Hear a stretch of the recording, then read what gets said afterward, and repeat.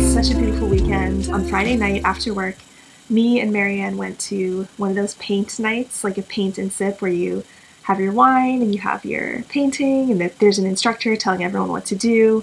And there was someone coming around taking pictures of us, and of course the one picture, me and Marianne's eyes are closed in it, but it's fine.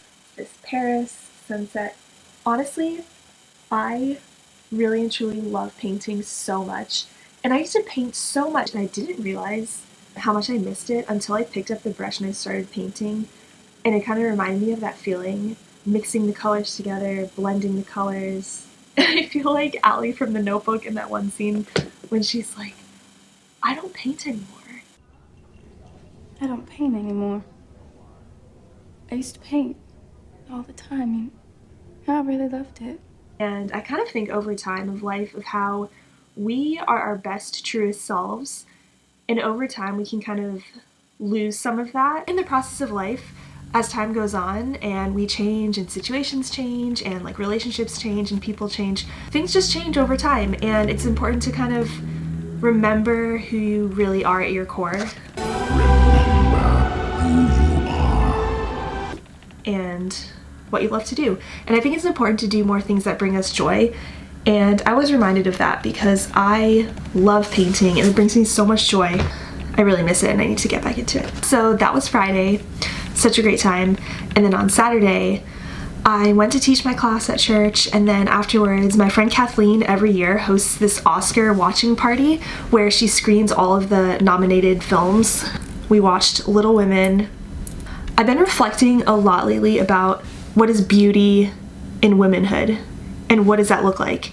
And I was thinking of all the different types of beauty in womanhood that can be explored and lived out. We live in a society where I feel like it's so glorified of what we do and our bodies and our youthfulness and our physical appearances. And I've been thinking a lot about beauty and what it actually means to be a beautiful woman and what can women offer the world other than just our bodies and our physical appearances and what we do with our bodies and our youthfulness, because that's what often seems to be glorified. And there was a line in Little Women that just really struck me. I just feel like women, they have minds and they have souls as well as just hearts, and they've got ambition and they've got talent as well as just beauty. And I'm so sick of people saying that love is just all a woman is fit for. I'm so sick of it. But I'm so lonely. Yeah, that just really got to me. So yeah, that was my Saturday night. And then on Sunday, my friend Alex is visiting the city. I went to Brooklyn and we had brunch together. It's really nice to have people in your life who, a lot of times, people that you work with, people that you are more acquaintances with, usually when you stop working together or someone moves away, you don't really keep in touch. But Alex is one of my friends who I'm so grateful that we've kept in touch. So we're on the train. There's this woman sitting across from us. We were talking about something and she kind of jumped into our conversation, Fairfax, because we both used to live in Fairfax, Virginia. And she goes, oh, I went to Marshall High School, which is in Falls Church? We don't know. That's what she said it was. She seemed homeless. She seemed like she had her bags of stuff, and she wanted to get up. She's like, I have to use the bathroom. And I'm like, oh, do you want us to? She said her baby's coming out. Correction. I think she was a little too old to be pregnant, but that's just me. We did our human services, but I was sweating, like, whew. I didn't realize how heavy the bag was. I was like, Alex, let's help her with her bags. I'll carry the suitcase, you can carry the bag. I thought it was just a tote bag full of who knows what was in there. And so you pick it up and it's like 40 pounds. My hand was cutting circulation. Yeah, it was an interesting experience. I feel like we did a good deed. We got her to the bathroom. She did throw up on herself, so we did like get her to a place where she could clean herself up and be sanitary. Yes. And whether or not she actually has a baby, she's also supposedly the real Melanie. Oh yeah, what Sherry. She said her name was Melanie, and I'm like, oh, after okay. She said her name was Sherry, and then after looking at an Oprah badge, saying that somebody stole her identity. So I don't know. We We are at the magical land of Disney. So magical. It's fine. Oh, look at it. There's Rachel and Ross and Joey. Times Square. One unpopular opinion I feel like is we both don't like the show Friends, which I feel like everyone seems to love that show for whatever reason, but It's they like have this literally Friends. the worst show of all time. Yeah, I never understood it. I never got into it. It's like, I mean, it's good for the period, but like, it was not at all progressive. Like Frasier. I never got 300 into times that better. either. So Alex is getting on his bus, and Yes, I'm not dreading it, but I just don't want to do a 2-hour bus ride. Like, literally first world problems. Right? yeah, honestly, 2 hours isn't too bad though. I know. Isn't too bad. And then he had to go on his bus. And then after that, I went to an event at NYU. Currently heading over to NYU Catholic Center for an artistic experience. It's going to be like music, art, poetry. I feel like for me, when I'm in a very like highly stimulated environment like Times Square, it's like the lights and the people and all these things going on. Just being around a lot of people, and it just kind of is draining to me. So I sat in Washington Square Park for a few moments before heading into this event at NYU, just because I needed to kind of decompress and just breathe and drink my coffee, and did some people watching. And it's such a beautiful day, so I really enjoyed that. There was someone playing the piano, there was another guy playing the trumpet, there was a guy with his bubbles, there were people walking by, there were families, there were older people, there were younger people. We're so surrounded by beauty and inspiration living in New York that I just love to be out observing it. After I was in the park, I headed into the Catholic Center at NYU where this event was called Paper Jam, which was organized by Erin, who's a artist in residence at the Sheen Center. So she put this event on with the Catholic Center at NYU, got all these artists together, poets, musicians. It was honestly such a beautiful, unique experience, because for me, living in New York, I really miss outside of the city. You have these beautiful moments or sitting around a campfire with friends, good conversations, someone's playing guitar, you know, just that kind of sitting around a campfire vibes. And that's really what this event created for me. I felt like I was just sitting around a campfire. I just really love that. Here we go, come on, sing it out. Rock me, mama, like a wagon wheel. Rock me, mama, anyway. Hey, mama, rock me.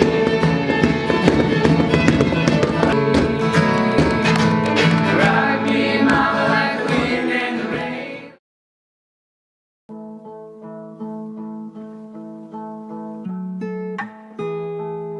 Lovely poets who will be sharing their gifts with us. I'm so excited. Day by day, we dig further, picking away at the walls of earth. Into the darkness, bringing a lamp, you illuminate the walls of my inner cave. Can you see yourself inside others? Father, even though I've given you way more than enough reasons to, please remember that I am your child and on me, do not give up. Father, can you hear me? Father, I need you to hear me. Father, I am scared. I think I'm scared because I heard that we were made in your image, and I know that I have given up on myself a while ago. I think I'm scared because I know that somehow you will still accept me. And deep down, I know that you know that too. I guess my biggest fear is unconditional love. I've heard that we don't need to catch waves. That if we just stand in this one place, they will pull us in over and over again. Light hurts my eyes. People's kindness hurts my body. God's love is too good to be true. I love this life when I hid my face with this fake grin because no one got to see this person. No one got to see who I was hiding. No one got to see what I was seeing in me. My body intimately seeks dungeons without me knowing, so I still find them. And then another, and then another, and then one more dungeon to hide inside. Maybe he never returned her calls. I looked at my grimaced face in the broken mirror. This is the cost we pay, I said. My forearms were stiff against the keyline counter. To her, he was just another bill, another thing to remember or forget. Pocket change in the wallet of a lonely life, but To me, he must be, and God knows he was someone I needed. Dad.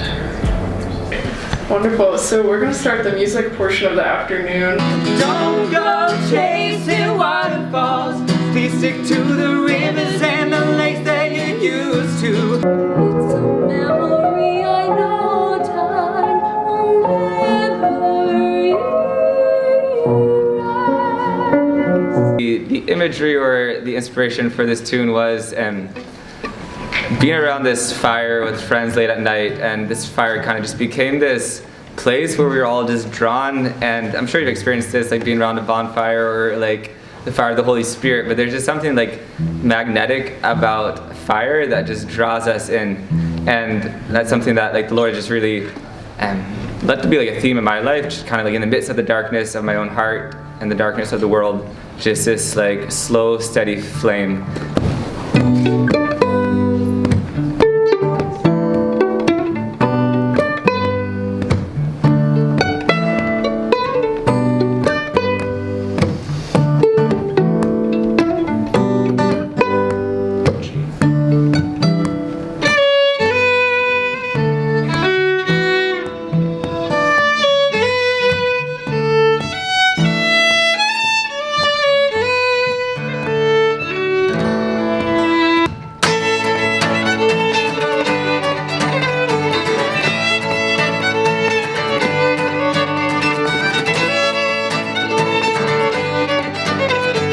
If there's any T.S. Eliot fans in the house, he was a big inspiration for this tune. And I like to think a lot about heaven because that's my home. You know, I think it's like so easy for us to kind of like try to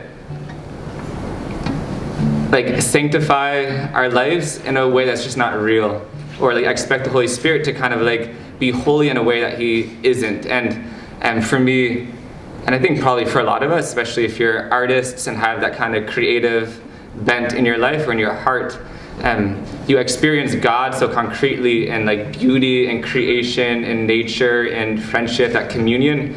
And so sometimes like if the Lord is like absent from my heart in a way that I can't understand, and there's like darkness and mystery and emptiness, this whole like reality of the poverty of the human condition and my own poverty, and I can sometimes like cry out like where are you, Lord? Like where are you in this?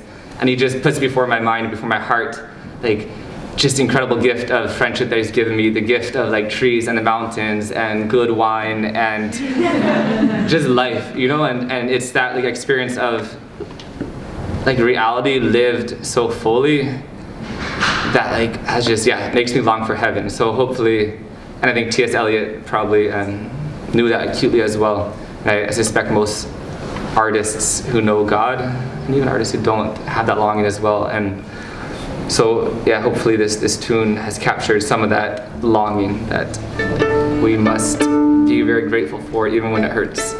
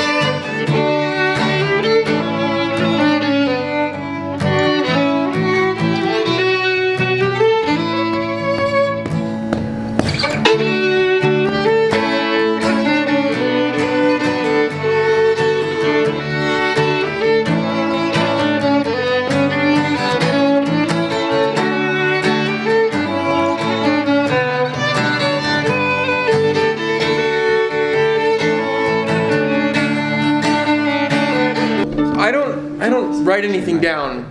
It's all freestyle. I just make it up on the spot. I've been asked to incorporate some topics, so we'll see if I can pull it off. Let's make it happen. Are you gonna name the topics? So the topics are Lisette and Brother Raphael, who's in the back there. If you're familiar with like consecrated life, you probably know what novitiate is, but if you're not, novitiate is, there's a lot of images I could give it. My favorite one is you're entering into the womb of the community. So it's a year to really be formed into the heart of the community and also in the heart of the Father. And as we all know, that can be beautiful and also painful just because of the purification that happens. And yeah, I think it's common probably for most of us, brothers who have been through novitiate, to have just this, a year of, I like to call it like open heart surgery with the Lord, which you know the end result is good, but like still having your heart ripped out does not feel very good, but is necessary. And kind of in the midst of a lot of just like darkness during novitiate, I was up in upstate New York at our retreat house, and I was actually walking out at like, 1 or 2 in the morning with Brother Raphael and another brother. And I remember just looking up, it was like a cold winter night, in the middle of nowhere, so it was totally black around there.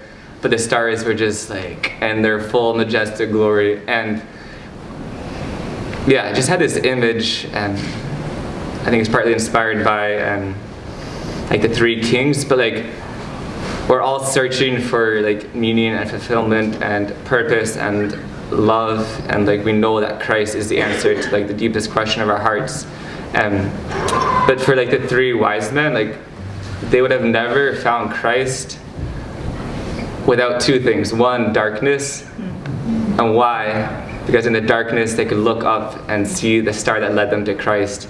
And so I just like an encouragement to all of us, like to not be afraid of the dark. 1, because the dark is totally real, and I think, I don't know, I feel like sometimes we cannot talk about that enough, like the darkness of existence in our hearts. And we just don't need to be afraid of it, because it can be the place where if we look to the morning star, we're led right to Christ, because he's there, like waiting there. And so anyway, this tune is called The Stargazers, and perhaps it's for Brother Raphael and former Brother Francis, and also for like everyone who's seeking Christ even when they don't know it, and especially those who are seeking in a heck of a lot of darkness. Look up to the heavens, and all will be well.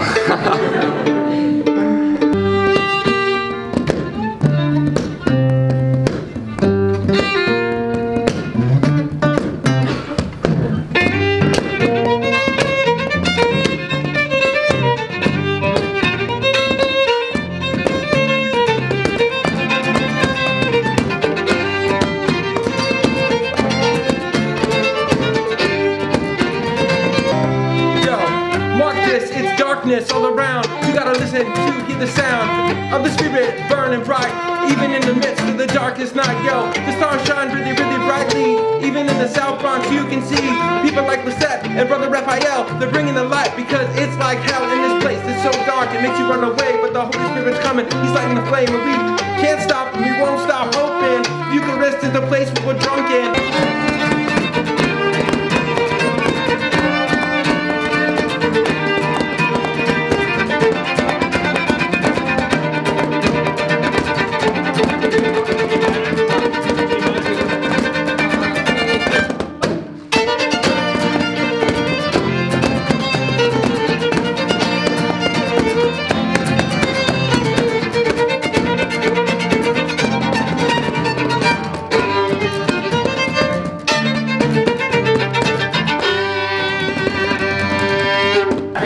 Coming together for this event to share beauty with this community. And I just want to also really especially thank the NYU Catholic Center and Father John Baptist for letting us have this here. So it was a beautiful weekend and had a really great time. It was just overall restful and peaceful and inspiring, and it reminds me to embrace creativity and do more things that bring me joy. So I encourage everyone to do the same. So that's pretty much it. Thank you for watching. Be sure to subscribe if you haven't already.